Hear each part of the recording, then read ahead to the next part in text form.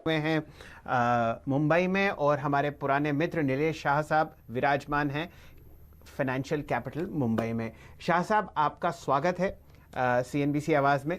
बताइए किस thank you हिसाब से वेरी आप मच। बाजार को देख रहे हैं? ब्रॉडर इंडिसेस पर आपको ज़बरदस्त तेज़ी आती हुई दिख रही है। निफ्टी पे ऑटो एंसिलरीज देख लीजिए, मिड कैप स्टॉक्स देख लीजिए, स्मॉल कैप स्टॉक्स देख लीजिए, हर तरफ एक बहुत अच्छी हरी लहर है। बताइए आपका मूड क्या है और क्या आप राय देते हैं निवेशकों को?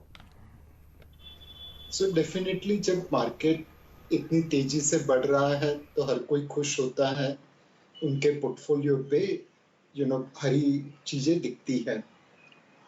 बट इस वक्त हम अपने इन्वेस्टर्स को, निवेशकों को कह रहे हैं कि this is time to be neutral weight to equity. Long term में इक्विटी अच्छा ही करेगी, बट शॉर्ट टर्म में डिस्पाइट दिस रैली एक वॉलेटिलिटी आ सकती है। तो मार्च के महीने में जहां पे आप ओवरवेट इक्विटी हो सकते थे, अब अगस्त के महीने में यह न्यूट्रल वेट टू इक्विटी होने का समय आ गया है। अब वैल्यूएशन अपने फेयर लेवल पे पहुंचे हैं, न महंगे हैं जैसे जनवरी में थे, न सस्ते हैं जैसे मार्च में है। ये अब एक फेयर वैल्यू जोन में मार्केट आ रहा है। ओके, तो न्यूट्रल की राय फेयर वैल्यू के जोन में आ रहा है। और नीलेश शाह साहब, मुझे याद है जब मार्च में गिरावट हो रही थी, लोअर सर्किट लग रहे थे बाजार में मार्च 24 के आसपास, तब आपसे हम लोगों ने बात की थी और आपने हमेशा हौसला बढ़ाया था। आप कह रहे थे ये बहुत अच्छा समय है, अपने SIPs को जारी रखिए, SIPs हो सके तो बढ़ा दीजिए। और उस सीख को देने के लिए सर तहे दिल से शुक्रिया आपका, क्योंकि हम 11,500 पर हैं और 11,500 पर देखिए आप बता रहे हैं हम न्यूट्रल होना चाहिए। तो जो आपने अर्जुन का काम किया है शेयर बाजार में, उसके लिए आपको सलाम सर। बहुत ही बढ़िया काम आपने किया है, दर्शकों को समझाया, और इसीलिए देखिए हम पिछले कुछ दिनों से हर रोज आपके मित्रों को बुला रहे हैं।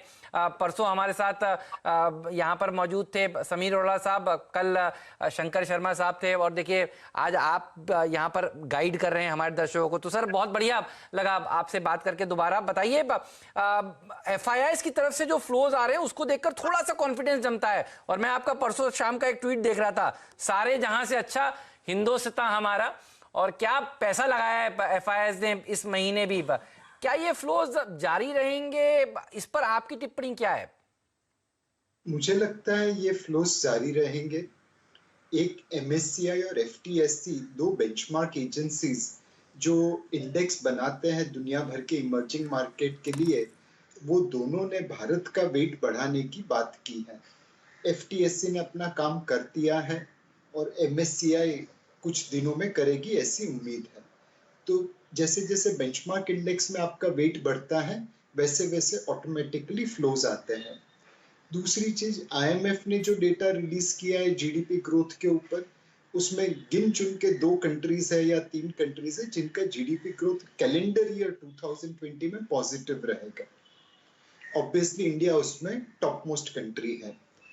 थर्ड चीज ये है कि हमारी हालत अगर हम बाकी लोगों से कंपेयर करें तो डेफिनेटली काफी हद तक अच्छी है। दुनिया भर में ब्याज की दरें 0% है, हमारे वहां पे आज भी रिपो रेट 4% है।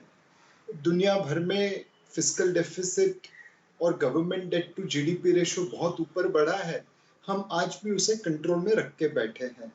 एंड मोर इम्पोर्टेंटली, ग्रोथ की जो अपॉर्चुनिटीज है, जैसे चाइना में से कंपनीज भारत में आएगी, जैसे हमारे जो रिफॉर्म्स हो रहे हैं एग्रीकल्चर सेक्टर में, इंडस्ट्रियल सेक्टर में, उससे जो ग्रोथ आएगा, ये सारी चीजें मिला के FPIs को इंडिया के ऊपर, भारत के ऊपर पॉजिटिव बनाने के लिए मजबूर कर रही है।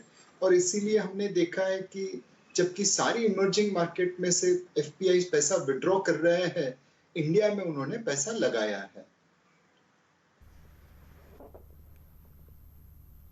जी शाह साहब, जब आप हम लोगों से मिले थे नवंबर में दिवाली के दौरान, और फिलहाल जनवरी और फरवरी में भी जब आपसे मुलाकात हुई, आपने बहुत बुलिश चर्चा करी केमिकल स्पेस पर, और अब आप देखें तो चार चांद आपको यहाँ पर लगते हुए दिख रहे हैं। कोई भी स्टॉक उठा लीजिए, कम से कम 30% की तेजी है। अच्छे फार्मा स्टॉक्स में कई जगह 2 या 3 गुना पैसा बनता हुआ आपको दिख रहा है। कहीं डीप वैल्यू आपको बाजार में दिखती हो, आप वैसे तो कह रहे हैं कि ओवरऑल बाजार आपको फुली वैल्यूड दिखता है, लेकिन हमेशा पारखी की नज़र उन जगह होती है जहां पर सेक्टर्स में अभी भी अंडर वैल्यूएशन है। कोई ऐसे पसंदीदा काउंटर्स या सेक्टर्स जहां पर आप अभी लॉन्ग साइड पर कुछ निहार रहे हो या कुछ एनालाइज कर रहे हो? तो शैल भाई, अभी जैसे हम यूटिलिटी सेक्टर को देखें तो ब्याज के दरों में कटौती हो गई है और इस क्षेत्र में रिफॉर्म्स हो रहे हैं और डिविडेंड यील्ड ऑलमोस्ट ब्याज के दरों के बराबर हो गई है। तो जनरली जब डिविडेंड यील्ड और ब्याज की दरें आसपास आने लगे तो वो डीप वैल्यू सेक्टर बन जाता है और वहां पे निवेशकों को पैसा बन सकता है। सो डेफिनेटली यूटिलिटी एक क्षेत्र है जहां पे डीप वैल्यू है। दूसरा शैल भाई, मैं 2 सिनारियो पेंट करना चाहूंगा। एक सिनारियो में वैल्यू स्टॉक चलेंगे, एक है कि यहाँ से स्थिति नॉर्मल होती जाए, मेडिकल सिचुएशन वैक्सीन की वजह से या दवाई की वजह से कंट्रोल में हो जाए, मैं और आप स्टूडियो में जाके, मतलब मैं आपके स्टूडियो में आके बातें करने लगूं। तो ये टाइप की नॉर्मल सिचुएशन में जो स्टॉक्स नहीं चले हैं, चाहे कमोडिटी क्षेत्र के हो, चाहे यूटिलिटी क्षेत्र के हो, चाहे इंजीनियरिंग इंफ्रास्ट्रक्चर क्षेत्र के हो, उसमें एक रन अप आ सकता है। बट अगर दूसरा सिनेरियो ऐसा पैन आउट होता है कि ये लॉकडाउन ओपन अप चलता रहे, मेडिकल सिचुएशन हमारे कंट्रोल में नहीं आए, इकोनॉमिक एक्टिविटी चले रुके ऐसे, तो ये जो 15-20 स्टॉक चल रहे हैं जिन्होंने मार्च के बॉटम से इंडेक्स को ऊपर लेके आए हैं बड़ी जोर से, वो लोग चलते रहेंगे। So in a scenario where normalcy returns, आपके डिफेंसिव स्टॉक्स की जगह पे जो नॉन डिफेंसिव से जो नहीं चले वो चलेंगे, और अगर नॉर्मल सी नहीं आती है तो ये महंगे डिफेंसिव स्टॉक और महंगे हो जाएंगे। अच्छा, मुझे एक बात और आपकी याद आती है, जब लॉकडाउन का समय था तब आप आके कहते थे ऑटो खरीदिए, और आप उदाहरण देते थे कि देखिए दूसरे देशों में जहां पर अनलॉक हो रहा है वहां पर चाइना जैसे देशों में ऑटो की डिमांड बढ़ रही है, पैसेंजर व्हीकल हो, टू व्हीलर हो, और वो बहुत बोल्ड कॉल था और बहुत सही कॉल फेयर आउट हो। हालांकि कई लोग कहते थे कि ये पेंट अप डिमांड होगी, बनेगी नहीं, आगे चलेगी नहीं, लेकिन देखिए हकीकत ये है कि भाव मारुति का 4,500 वाला इस समय 7,100 है और हीरो मोटोकॉर्प का भाव सबने देखा। सर ये बताइए, ये अब सरकार क्योंकि कह रही है कि यहाँ पर टू व्हीलर में जीएसटी की दरें जो हैं इसको कम कर देनी चाहिए, 28 नहीं 18 कर देनी चाहिए, ये सिंटैक्स के नापतोल में इसको क्यों रखना चाहिए? आप कैसे देख रहे हैं वित्त मंत्री जी के स्टेटमेंट को, और उस कॉल के लिए एक बार फिर से बधाई आपको, और अब क्या कॉल है इस पे? हेमंत भाई, मार्च में है ना सारी बॉल हाफ वॉली थी, तो मैं जहां पे भी बल्ला घुमाता था छक्का लग जाता था। अगस्त का महीना अब बाउंसर आ रही है, क्या बात, यहाँ पे सर सलामत तो पकड़िया बहुत, वो टाइप का एटीट्यूड है मेरा। तो डेफिनेटली जो लो हैंगिंग फ्रूट्स थे पैसे बनाने के, कि माउथ वाटरिंग वैल्यूएशन थी, सामने दिख रहा था कि जो सेलर है वो नर्वस है और बेच रहा है, उसके सामने अगस्त के महीने में बहुत सारी चीजें बदल गई है। वैल्यूएशन अब फेयर लेवल पे पहुंचे हैं, यहाँ से फ्यूचर काफी हद तक डिस्काउंट हो चुका है। इसका मतलब ये नहीं है कि मैं कह रहा हूँ मार्केट में करेक्शन होगा, बट जो हमने मार्च से अगस्त के बीच में 50% रिटर्न देखा, वैसा रिटर्न आगे आने वाले समय में नहीं मिलेगा। तो आपको एक अपना पोर्टफोलियो क्वालिटी कंपनीज का बनाना पड़ेगा, रिटर्न एक्सपेक्टेशंस पिछले 3 महीनों की जगह पे मॉडरेट करनी पड़ेगी, एंड आज भी अच्छी क्वालिटी की कंपनीज आप लेके बैठे जिसमें बैलेंस शीट स्ट्रांग हो, लिवरेज बहुत ज्यादा नहीं हो, जिसमें कॉस्ट कटिंग की गई हो, ये लॉकडाउन के समय में इनोवेशन के थ्रू उन्होंने अपने कस्टमर्स को सर्विसिंग अनइंटरप्टेडली चालू रखा हो, ये टाइप के फीचर्स वाली कंपनी अगर आप लेके बैठे तो इसमें डेफिनेटली अभी भी रिटर्न बनेगा। बट आपके रिटर्न की एक्सपेक्टेशन मॉडरेट कर दीजिए, बिकॉज वो चीप मार्केट से अब हम फेयर वैल्यू मार्केट पे पहुंच गए हैं। बिल्कुल सही बात है। और सर जब आप ये बात कह रहे हैं, आपके मुंह से आ रही है बात, तो ये और ज़्यादा वेटेज रखती है। तो ध्यान रखिएगा, चीप मार्केट था, जब गिरावट थी तब नीलेश भाई कह रहे थे कि खरीदिए खरीदिए खरीदिए, इससे बढ़िया मौका नहीं है। और अब देखिए कह रहे हैं कि थोड़ा सा रुकिए।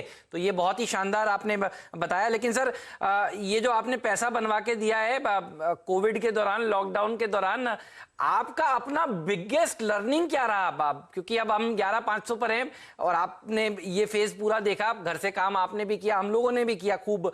आपका एक टेक अवे जो आपने सीखा इस बार कोविड की फॉल से? So as a fund manager, मतलब एक चीज जो मैंने सीखी कि आपको दुनिया बहुत ज्यादा इंटरकनेक्टेड हो गई है। चाइना में जब वुहान में ये चल रहा था तो कहीं ना कहीं हमारे दिमाग में ये था कि भारत में तो ये आएगा नहीं, वायरस आएगा तो भी गर्मी में मर जाएगा, वायरस मतलब इतना स्प्रेड नहीं होगा इंडिया में, हमारी तो इम्यूनिटी इतनी ज्यादा है कि हमें वायरस क्या कर लेगा। यह टाइप की जो थिंकिंग है उसको हमेशा परे रखनी चाहिए। आपके पोर्टफोलियो में आपको ग्लोबल इंटरकनेक्टेडनेस को काफी हद तक काउंट करना पड़ेगा, फैक्टर करना पड़ेगा। 2008 में भी हमने यही गलती की थी कि यूएस सब प्राइम, यूएस का प्रॉब्लम है, हमारा नहीं, and we paid a price. अब फाइनेंशियल मार्केट इंटरकनेक्टेडनेस 2008 ने समझा दी, बट ग्लोबल इकोनॉमी इंटरकनेक्टेडनेस 2020 ने समझा दी। हम जितनी फोकस अपनी कंपनीज पे और भारत पे करते हैं, उतना ही फोकस हमें अब दुनिया के लिए करना पड़ेगा, because world has become flat, world has become one. एक छोटे से भाग में क्या होता है उसकी इंपैक्ट भारत की इकोनॉमी पे और भारत की मार्केट के ऊपर भी गिर सकता है।